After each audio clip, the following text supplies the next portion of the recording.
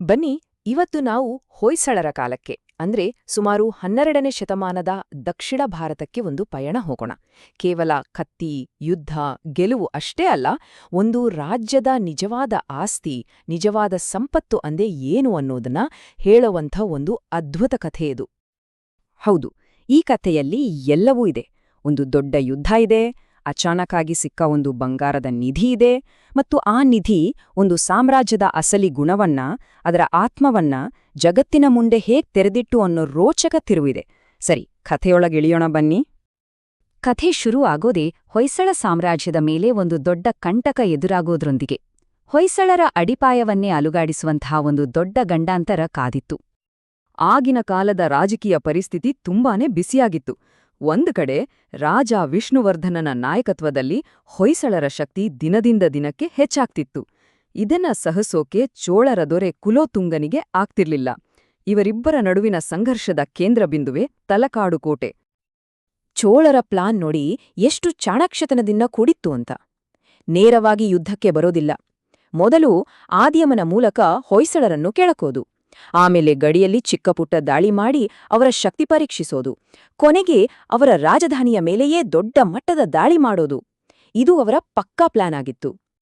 ಆದರೆ ರಾಜ ವಿಷ್ಣುವರ್ಧನ ಏನೂ ಸುಮ್ನೆ ಕುರುವನ್ನಲ್ಲ. ತನ್ನ ಗೂಢಚಾರಿಯಿಂದ ಈ ಸುದ್ದಿ ಗೊತ್ತಾದ ತಕ್ಷಣ ಚೋಳರು ಬರೋದಕ್ಕೆ ಕಾಯಲಿಲ್ಲ. ತಾನೇ ಸೈನ್ಯದೊಂದಿಗೆ ಮುನ್ನುಗ್ಗಿ ಶತ್ರುವನ್ನು ಎದುರಿಸಲು ಹೊರಟುಬಿಟ್ಟ. ತಲಕಾಡಿಗೋಸ್ಕರ ನಡೆದ ಆ ಯುದ್ಧ ಅದು ಅತ್ಯಂತ ಭಯಂಕರವಾಗಿತ್ತು.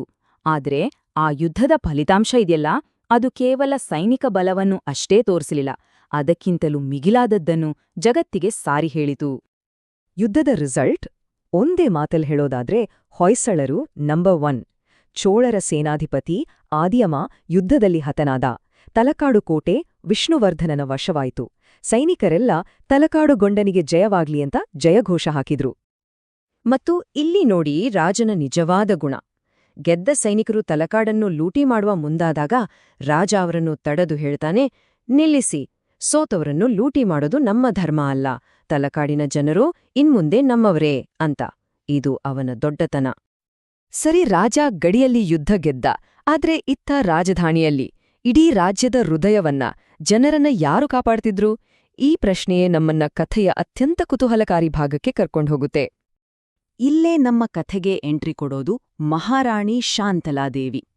ಅವರು ಕೇವಲ ಸಿಂಹಾಸನದ ಮೇಲೆ ಕುಳಿತು ಆಳಿದ ರಾಣಿಯಲ್ಲ, ಜನರ ಮಧ್ಯೆ ನಡೆದಾಡಿ ಅವರ ಕಷ್ಟ ಸುಖ ಅರಿತು ಆಳಿದ ಒಬ್ಬ ನಿಜವಾದ ನಾಯಕಿ. ಅವರು ಸುಮ್ನೆ ಅರಮನೆಯಲ್ಲಿ ಕುರುತಿರ್ಲಿಲ್ಲ.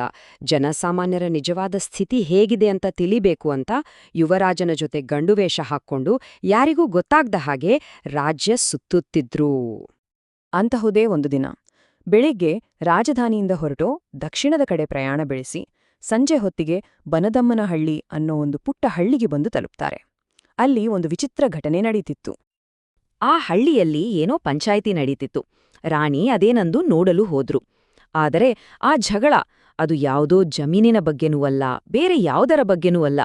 ಅದು ಒಂದು ಬಂಗಾರದ ಗಡಿಗೆಯ ಬಗ್ಗೆ. ಅಲ್ಲಿನ ಜಗಳವೇ ವಿಚಿತ್ರವಾಗಿತ್ತು. ಈ ಬಂಗಾರ ನನಗೆ ಬೇಕು ಅಂತ ಯಾರೂ ಜಗಳ ಮಾಡ್ತಿಲ್ಲ. ಬದಲಿಗೆ ಅಯ್ಯೋ ಇದು ನನಗೆ ಬೇಡ, ನಿನಗೇ ಸೇರಿದ್ದು ಅಂತ ಜಗಳ ಮಾಡ್ತಿದ್ದಾರೆ. ಅಂದ್ರೆ ಜಮೀನ್ ಮಾರಿದ ಬೀರಣ್ಣ ಅದನ್ನು ಕೊಂಡುಕೊಂಡ ಈರಣ್ಣನಿಗೆ ಕೊಡಲು ನೋಡಿದ್ರೆ ಈರಣ್ಣ ಅದನ್ನು ತಿರಸ್ಕರಿಸ್ತಿದ್ದ. ಇದೊಂದು ಅದ್ಭುತವಾದ ವಾದವಿವಾದ. ಇಬ್ಬರೂ ತಮ್ಗೆ ಸಿಗಬಹುದಾದ ಲಾಭವನ್ನು ಬೇಡಾಂಟ ವಾದಿಸ್ತಿದ್ದಾರೆ. ಬೀರಣ್ಣಾಲೇಳ್ತಾನೆ, ಹೇಯ್, ನಾನು ಜಮೀನು ನಿನ್ಗೆ ಮಾರಿಯಾಗಿದೆ, ಅದರಲ್ಲಿ ಸಿಕ್ಕಿದ್ದು ನಿನ್ಗೆ ಸೇರಿದ್ದು.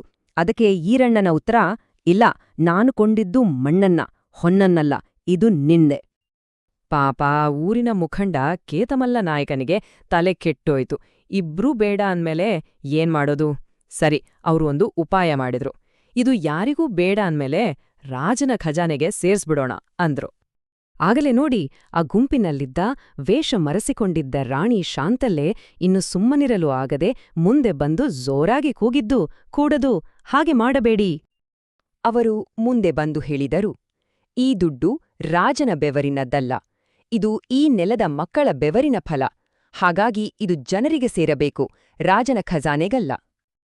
ಆವಾಗ್ಲೇ ಯುವರಾಜ ಎಲ್ಲರ ಮುಂದೆ ಹೇಳಿದ್ದು, ಇವರು ಬೇರೆ ಯಾರೂ ಅಲ್ಲ, ನಮ್ಮ ಮಹಾರಾಣಿ ಶಾಂತಲಾದೇವಿ ಅಂತ.